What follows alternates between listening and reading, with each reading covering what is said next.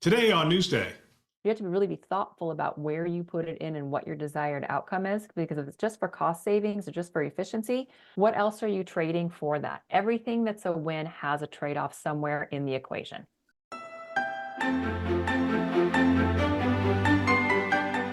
My name is Bill Russell. I'm a former CIO for a 16-hospital system and creator of This Week Health, where we are dedicated to transforming healthcare one connection at a time.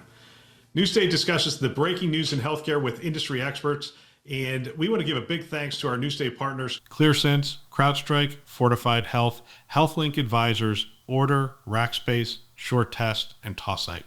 Now, let's jump right in. All right, it's Newsday, and today I am joined by Sarah Richardson, newly appointed. Is that the right word? Hired?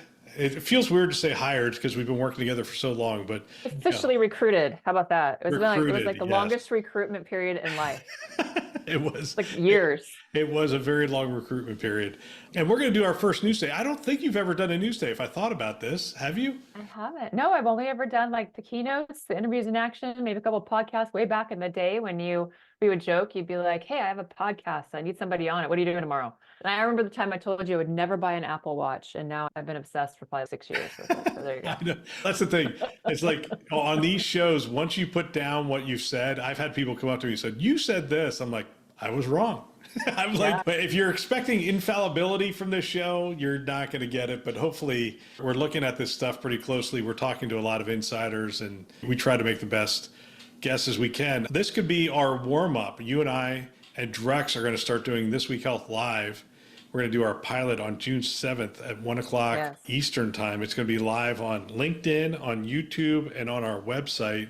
And we're going to give people a chance to send questions ahead of time. We're going to have different segments that we do on an ongoing basis. And we are going to talk about the news a little bit on that show as well. So there's a little bit of a warm up for that June 7th. And let's start with this Epic story, because this is out of character for Epic and it's actually fun. So Epic releases open source AI validation tool for health systems, and they've made it available on GitHub for global use. The software suite allows healthcare organizations to test and monitor AI models within their electronic health record systems. This tool, designed to ensure AI equity, can be used to validate models developed by Epic or other organizations. Health systems can evaluate performance and ensure fairness, equity across different patient demographics. Organizations like Duke and University of Wisconsin and others plan to utilize the tool for local validation of AI models. This is different. I don't recall Epic ever releasing, this code is in GitHub. It's actually been released as open source code to the world. I don't remember this ever happening before. This is a pretty big step. It is a big step. And here's why it matters with them as well. You think about, they tend to get heat for not playing all in or for being too proprietary, et cetera. And so when you think about GitHub really is a space where as you develop things and people want to be able to share more, they're putting it into those types of platforms. But it gives Epic a chance to be able to say, hey, we are willing to play.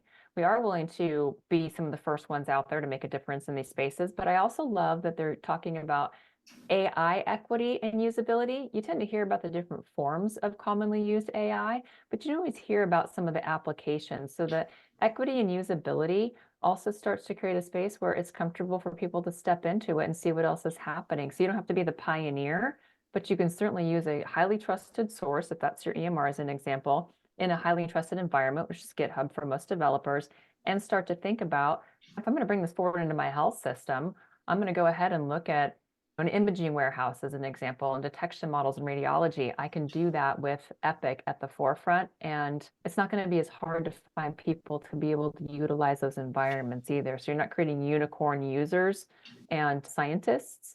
It's all in the same realm today, and that's a big deal for all of us. I think the biggest use case here is we have these models being developed, and there's not a lot of transparency into the models and how they're trained and how they're being developed. And so if you take, let's say you take a national population and you train a model and you say, look, it's been trained on a national set, that still may or may not be relevant to you if you're serving inner city Philadelphia or San Francisco. You just have different nationalities, different ethnic makeups. And so one of the things this tool can do is they can look at it and they can say, hey, look, this model is only trained on this ethnicity and this population, and your population is 10 times that. whatever that number is. And if the model isn't relevant for your location, that's a big deal. In healthcare, that's a big deal. In some cases, we can't trust nationally trained models. We really do need that granular level of data in order to validate these models. Well, and you have to have a rate that's the match rate, or example is your accuracy rate. It's got to be in the high 90s. Otherwise, an 85% accuracy rate on an AI model is not going to be something you want to utilize in clinical care. So again, to your point, it opens up the ability to have higher accuracy rates, but also drill down to be local or to take a national view. When you can slice the data in ways that you trust, then you really do create extreme learning amongst different health systems. And that's always what Epic has endeavored to do, is they get better by learning from all of their implementations, and it aggregates into a space where they then can utilize it too. So make no mistake, them doing this allows them to also be at the forefront of going to them for these types of endeavors. So they still stay the most influential in the spaces that they continue to lean into. It's a validation model, so it's clearly not core code or anything like that. I think I love about it, though, is, my gosh, putting it in GitHub means all these, I have a community of geek doctors, and their term, not my term, but they're coders. They're literally coders who happen to be doctors who are playing around with fire and doing all this kind of stuff. I imagine they're going to be giddy over this. They're going to be like, this is great to have them releasing code into this. And I hope this is the start of more of that kind of behavior. So that'll be interesting. Sarah, so we're going to do one more serious AI story, and then we're going to go into all the announcements, because I want to take a look at the announcements. They're just a lot of fun to talk about. But this one, you're a closer former CIO than I am. And this story is from CIO.com. Where's the ROI for AI? CIOs struggle to find it. They surveyed 700 IT leaders. This was Gartner surveyed 700 IT leaders about ROI, and they said, this is hard. This is hard to figure out. What do you take from this story? What I liked about the story, though, in general, is when you think about understanding the true ROI, it's crucial. You have to justify the significance of that investment. And if you have better planning, better resource allocation, and the ability to achieve the strategic goals that the organization has in front of them, think about that. You can maintain executive support, you can secure further funding, and if you can get things right, the ability to demonstrate ROI influences broader adoption across your either health system or other aspects of the organization. Helps you drive innovation, helps create competitive advantage, but you got to have a place where you can start. And so I always go back to that space of like, when you have digital implementation to accelerate your business models, when you have the right governance and you go from the classical aspects of what you've been using it for to more of a futuristic goal, you can propel yourself way ahead of what some of those early strategic goals are, but you got to be able to have the right structure in place to be able to do it. So I always say you start with governance, data quality, data modeling. If you stop investing in data governance, you've already like given up the race. Right. So I feel like those teams that have to always claw for every dollar, this gives them exactly the foundation that they need to be able to justify some of the expense. And you pick things that you can actually tackle, people can see. There's no shortage of different formats of AI. Heck, whether you're doing ML, NLP, you're going after the basics, the clinical decision support systems, even your chatbots, virtual assistants, those all aggregate into what you're doing from this perspective. And that's why when you think about how do you justify the money, have the right structure in place, and then you can actually accelerate some of those goals that the organization has if people are all focused together on the right things. Yeah, I love the fact that you brought up those other models, because the one I know that healthcare is not struggling with is the ambient clinical listening. Nobody's struggling with that. It's doctors can see this many patients, doctors are spending this much time. You even have the measures within the EHR itself. You can see, how much time how much pajama time or those kinds of things. So you have a satisfaction survey. Although I liked in the article that they talked about using a net promoter score, which I thought I'd like to see that used more in healthcare. But then I saw a study from, I think it was WellSpan, did a study, and the doctors were given the option of going home or seeing another patient, and they all saw another patient because they care about these patients. They don't like keeping them waiting for 2 months to get in to have an appointment. And so they're actually more productive and able to move forward. So that one's easy, but I'm going to have you put your CIO hat back on. Here's the interesting one. So Microsoft slides that little piece of paper across the table and they say, hey, look, Copilot's being used by a lot of your peers and it's really awesome. And we talked to some of the people within your organization and they've played around with some of these features and it can reply to your emails and it can take your meetings and it can record those and it can give you summaries and it can capture to-dos and all this thing. Think of how productive your organization is going to be, Sarah. Think about it. Isn't that amazing? So here, just check that box right there. And then we'll multiply that times your number of users and we'll start charging you for Copilot. And look, you can roll it across your entire enterprise. How do you respond to that? My favorite answer to everything is always, it depends. It depends. And here's why. And you get a space for, can you pilot, Copilot? Where is it going to be most beneficial? I would ask them for the tangible. Where is it making the biggest impact? Where is the cost of the investment worth what it's producing for the organization? And talking to peers. I'm like, if all my peers are using and all these amazing people have said it's so great, let me talk to them. Show me. Let me hear about where it's making a difference. Because some organizations culturally, and this goes back to how you manage the human aspect of what you do every day, some people don't want that to replace the executive assistants. And this was a real conversation I had with a peer of mine who said, hey, our EAs are the most knowledgeable people about what's happening in the organization, period. That network knows everything. And if you eliminate them with Copilot as an example, all of a sudden you don't have access to all of the tidbits of information that make this place hum and run every day. It doesn't mean you don't implement it where it makes sense to implement it, especially for those that want it. But you have to really be thoughtful about where you put it in and what your desired outcome is, because if it's just for cost savings or just for efficiency, what else are you trading for that? Everything that's a win has a trade-off somewhere in the equation. Oh my gosh. Come on. You got to sign this document. Look, it's only going to cost, times 20,000 users, the $20, it's only $20 per month per user times 20,000 users. How much can that possibly be? I didn't do the math, but $240 a year times 20,000. Hey, that's a lot that's like real money. It could be real money. Well, I remember that I came from CFOs who said that's IT math. And so you always got to back into the number you're looking to get. Here's the thing. If it's really worth it, then you're going to watch somebody else. I have never been completely cutting edge most of the time, nor have I been a complete lagger. I like to be right in the middle somewhere. So let me see it. Let me talk to people like me who have these same experiences and then really get a sense for where do you try something that has the least amount of risk? Incrementalism at its finest. You create something that somebody has that somebody else wants, then it's going to adopt itself and for the right reasons in the right environments versus just telling people, I just signed an agreement. We just got 20,000 users on Copilot. Catching up to that ROI is ridiculous. But somebody who really wants it, especially in an influential role, that could be a complete game changer. So always goes back to how does the culture of your organization run? Where do you put the tools where they're going to make the most sense? Sometimes we don't have a choice. When we do have a choice, let's be really thoughtful about what we're putting where and why. All right, it's June and I am wearing my yellow hat. And this June, we're championing a cause close to our hearts, Lemonade Days, supporting Alex's Lemonade Stand Foundation in our fight against childhood cancer. In 2000, a young girl named Alex started a lemonade stand to fund cancer research. Her legacy has inspired millions in donations, funding research, and supporting families. This June, we're inviting you to join us. It's simple. Just visit thisweekhealth.com and click on the cancer ribbon to make your donation. Together, we can continue Alex's mission to make a significant impact. Every donation moves us closer to a world where no child has to face cancer. So take a moment, click on that ribbon, and make your contribution. Thanks for your support, and let's make this June a month to remember.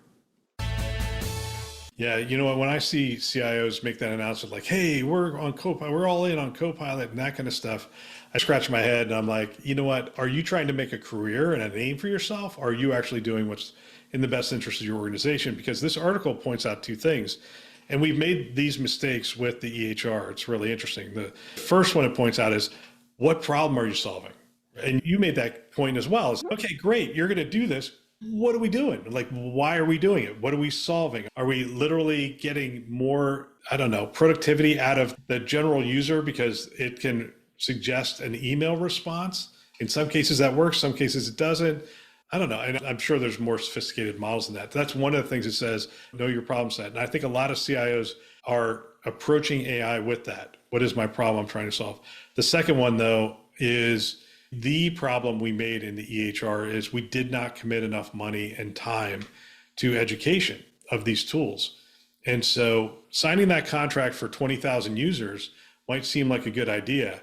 But my question would be, what's your framework for adoption? What's your framework for literacy? We still don't have literacy around some of these AI tools. What can it actually do? What are you doing around training? And if they say, oh, we're going to put that together, I'm like, you should not have spent that much money until you had that plan together and identified the problem sets. And I think that's where we're in complete agreement that you just don't move forward that quickly. And then measuring the ROI, if you have the problem, I think becomes easier. The other thing too is because all of us are stretched so thin financially, and that's back with my CIO hat on, is every ROI has to be there within a year, or it has to be replacing or saving something somewhere else. Even if margins continue to improve in some of these health systems, you don't necessarily see the CIO getting that additional percent added to their bottom line. You're still held to a pretty strict percent of revenue to a degree. And so if you're going to bring something else in, then it's got to be able to have the impact that is also expected by both your board, your CFO, et cetera. So there's a lot of conversations that need to occur before these things become mainstream. Absolutely. We'll get into the fun one here. So OpenAI and Google launched their AI assistants. This is an MIT Technology Review article. It's one of the better ones.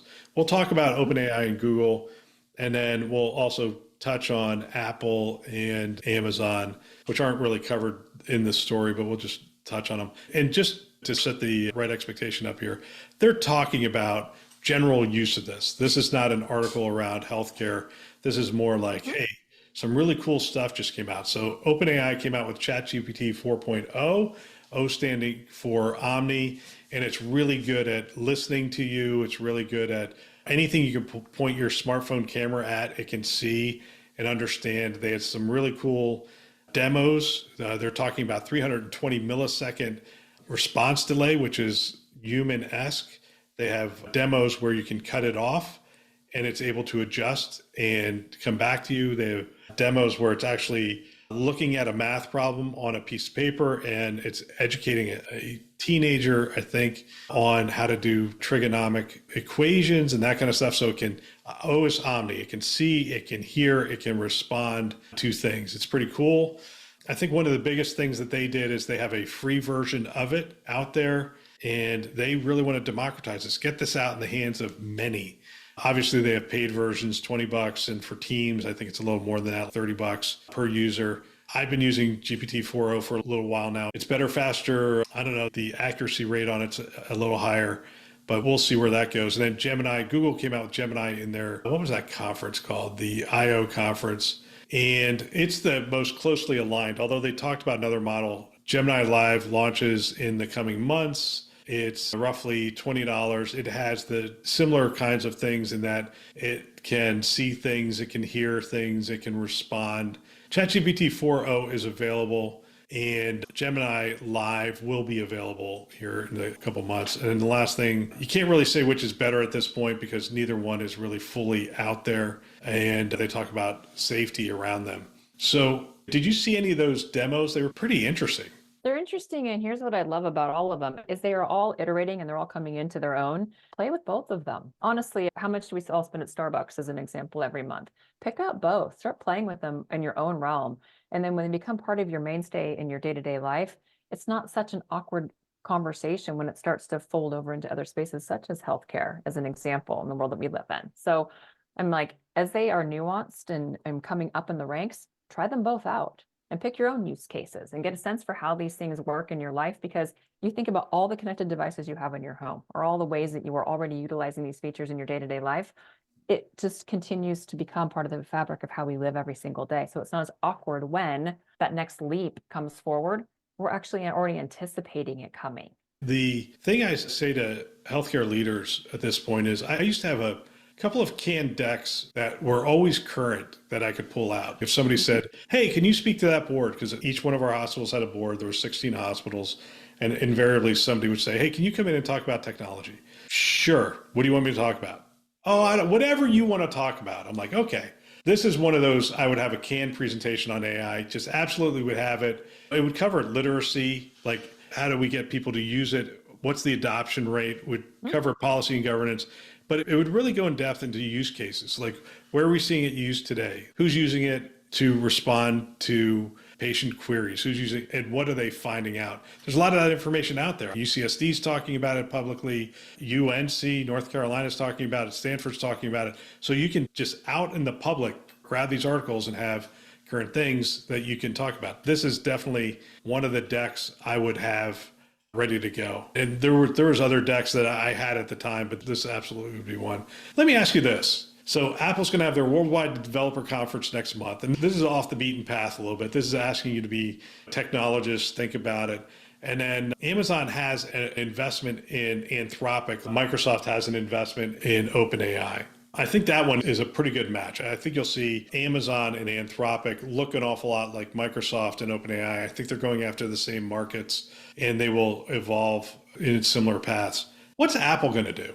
You talked about the watch. This is where we speculate and people go, do you realize you said this all those years ago? I don't know what the Siri's kind of antiquated now, isn't it? To a degree, I will say that yes. Do I feel like Apple's slightly behind the curve? I almost wonder if they're not doing it on purpose just to see where some of the hype dies down, because you know that they're capable and you know very well that your ecosystem is all tied in. Everything I own is them. And so why wouldn't I then throw my energy into them in that space? Then do you worry about being too closed of a loop on that?